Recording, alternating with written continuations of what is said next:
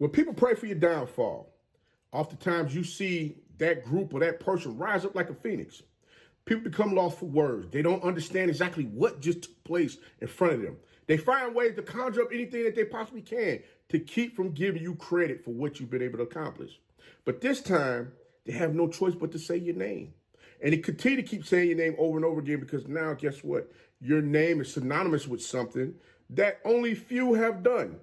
And not only that, but when it's done with a head coach that many thought would not get the job done, you got to ask yourself, who really put this together? We're going to talk about it right after this.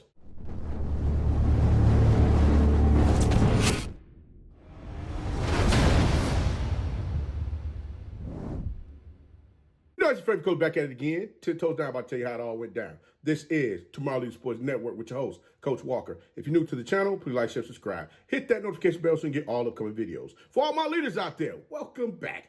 Y'all know the drill. Y'all know the routine. If you haven't done so already, please like, comment, and share these videos, and tap in and free to tell them to come on in. It's number positive vibe. We're just having a good time talking about HBCU sports. And don't forget, you can follow us on all social media platforms. The links are listed down below in the description. So without further ado, we're going to go ahead and jump on in this thing because, boy, let me tell you, it took me a few days to get this thing together because I'm running on fumes right now. I can't believe Christmas is right around the corner. Hey, Coach T.C. Taylor, I hope you got that Christmas tree out the attic for Miss Taylor like she asked you to, and you got your nap in. But I got to tell you, I got to talk about this game. I got to talk about this game. I've seen notes come from a lot of different people out there like, Coach, where is your commentary at on this thing? I know I sent the teaser over talking about my thoughts about the game while I was on the field this past Saturday looking at, covering the Celebration Bowl. But I got to be honest, watching this game and just getting the backdrop on everything, these two teams were two high-scoring teams, two high-scoring offenses that many expected to see just the ball flying around all over the field. If I'm not mistaken, both teams averaged roughly over 30 points per game. We've seen South Carolina State drop a 60 ball on a team this year. They dropped a couple of 50s, and, they just been outright just getting after teams. They go with a two quarterback set, which they try to do that in this game, but it was not to their benefit. I got to say this. Jackson State put on a show. They put on a show. From a defensive standpoint, we hear all this conversation about, we got all of the NFL talent coming in here to coach. Well, damn it, you got some coaches over there at Jackson State that sat down and put a game plan together and made sure they did everything that they needed to do for them to get out here and win this game. Not only that, but I gotta be honest with you. I know I have given some choppy commentary towards the offensive linemen, the defensive backs, the quarterback. I'm like I stated before, guys. I am one that believes when you step out there on that field, you got to be focused as far as what the task is at hand, making sure you understand your job and doing what you need to do. And I gotta give credit where credit is due. Things started a little slow. You had South Carolina State. They came out there. They wanted to impose their will on that offensive line. On the Jackson State offensive line, let them know, hey, listen, guys, y'all got to move us. Number 0 over there, I think his name Barker for South Carolina State. He was giving Jackson State offensive line the business. But Jackson State found a way to get that ball moving.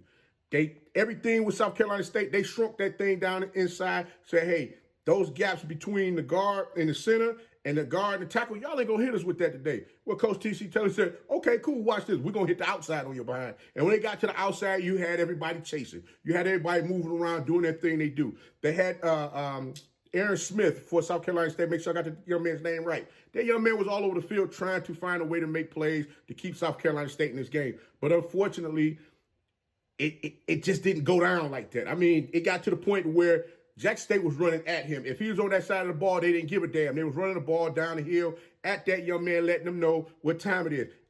Listen, when you got the crowd yelling your name,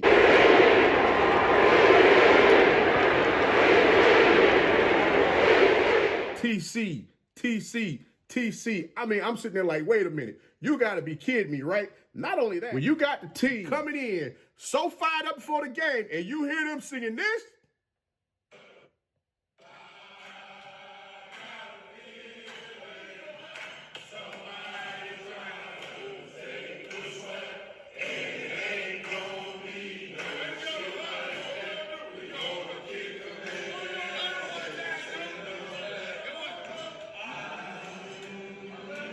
And then they had the nerve to hum this thing.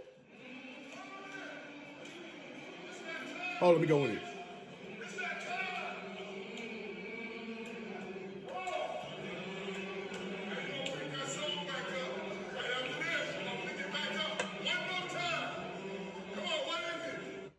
Now, I ain't gonna go, hey, listen, if y'all didn't check that out, them guys, when I say they was amped up as far as with what they were looking to do in this game, guys, Jackson State came out there and played with a purpose. They played, listen, for the opening kickoff, them jokers was on your behind, coming down that field, making sure you touch that rock, they're gonna pop your behind. And I mean, you saw it from the onslaught. They were not playing no games in this, they were not playing no games, South Carolina State, in this game. Again, I gotta be clear when I say this. Jackson State defense held South Carolina State offense for the whole game for 178 yards. But let me check this out. Going into the fourth quarter, South Carolina State had 67 yards of total offense for the game. And going into the fourth quarter, what are we talking about, guys? Listen, I have not seen a show put on like this before. Yeah, Jackson State set some records in this game. They held a team to the lowest score.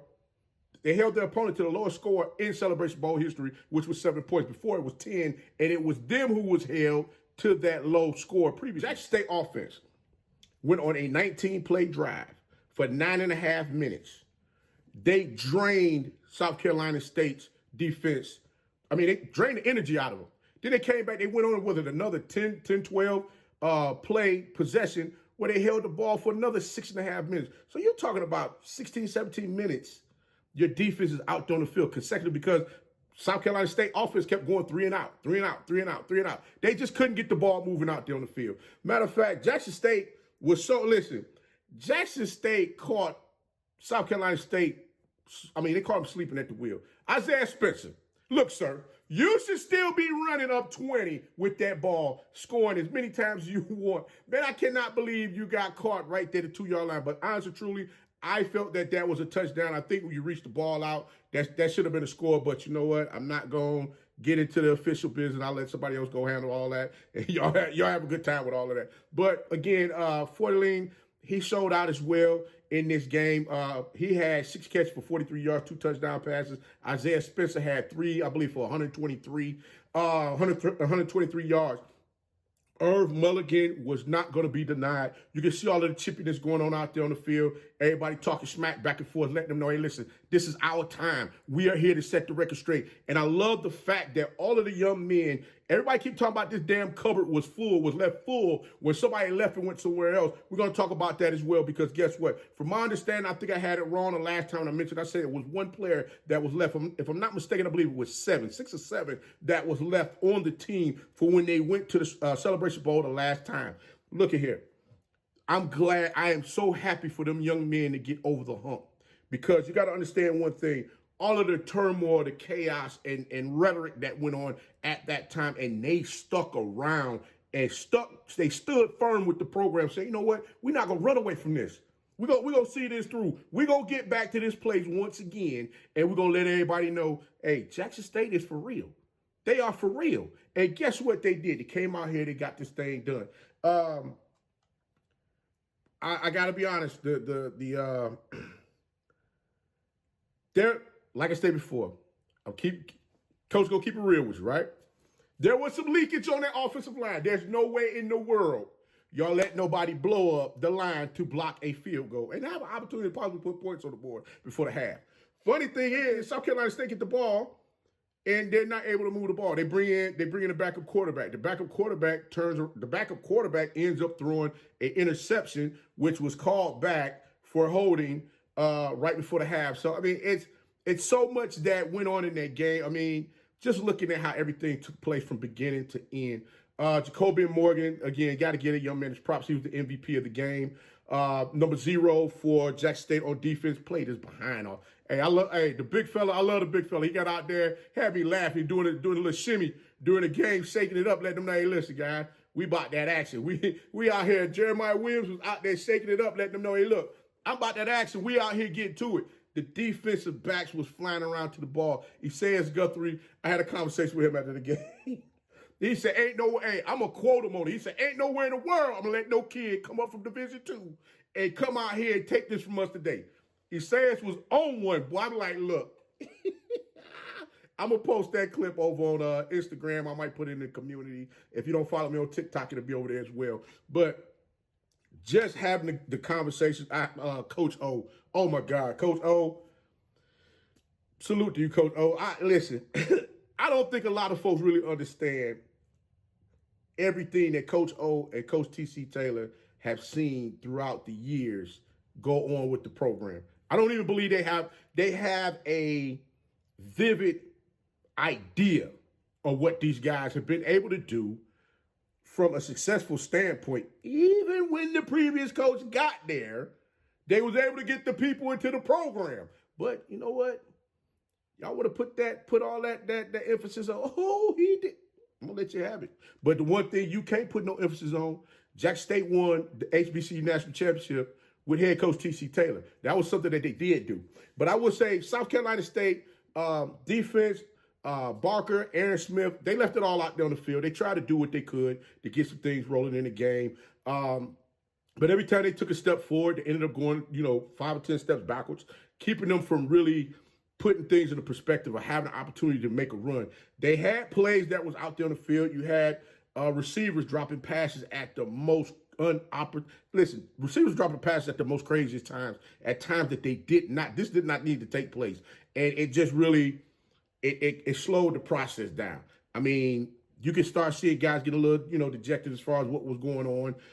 It's just like they didn't have that bite in them as they did throughout the season. And I'm gonna be honest with you, I'm gonna talk about this as well. So many folks are talking about, man, this little D2 school, blah, blah, blah. Look, that D2 school, the kids that came with Coach Barry from over Benedict, got to give them their props, guys, because guess what? Like I stated before, they put up 60 points on the MEAC team, 50 points on several MEAC teams, and they put a bunch of 30s up on some MEAC teams. Matter of fact, if I'm not mistaken, they beat North Carolina Central, Trey Oliver's team. So, guys, hey, let's keep it clean here. Let's be a little even as far as what's going on. But I gotta give those young men their props. Like I said before, they had opportunities. You had Addison for South Carolina State. He intercepted Morgan, in which the backup quarterback Stubblefield came out there. He tried to throw a pass. He ended up throwing an interception. And Jackson State was able to go ahead and take advantage of everything that they did, everything that they need to do to go ahead and get this win in this game. Jackson State defense, again, defense played lights out.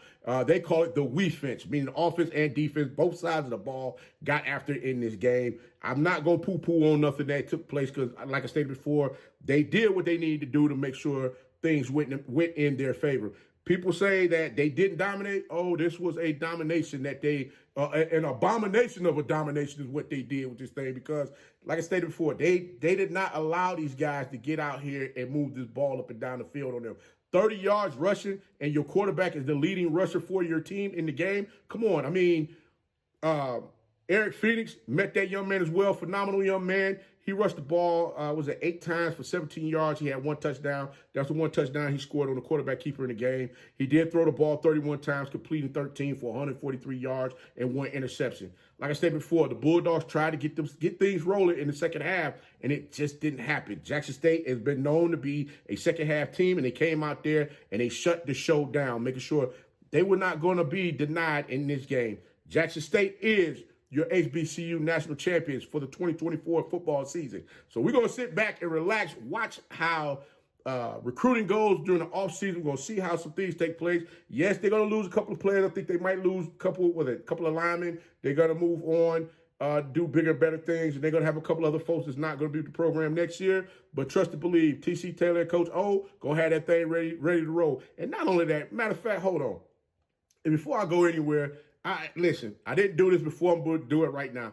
Coach Quinn, salute to you, sir, on that defense. Coach Quinn, defensive back coach and the defensive coordinator for Jackson State, you had them young men playing on a string. Everybody was together in sync as far as what they needed to do to get this victory. So, guys, when y'all hear them folks in the stadium screaming, TC, TC,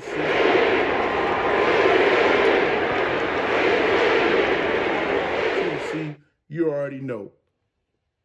Congratulations, 2024 HBCU National Champions, Jackson State Tigers football team. It's been a pleasure covering all HBCU programs this season. We're going to get back on the grind, but until next time, be the one in the lead.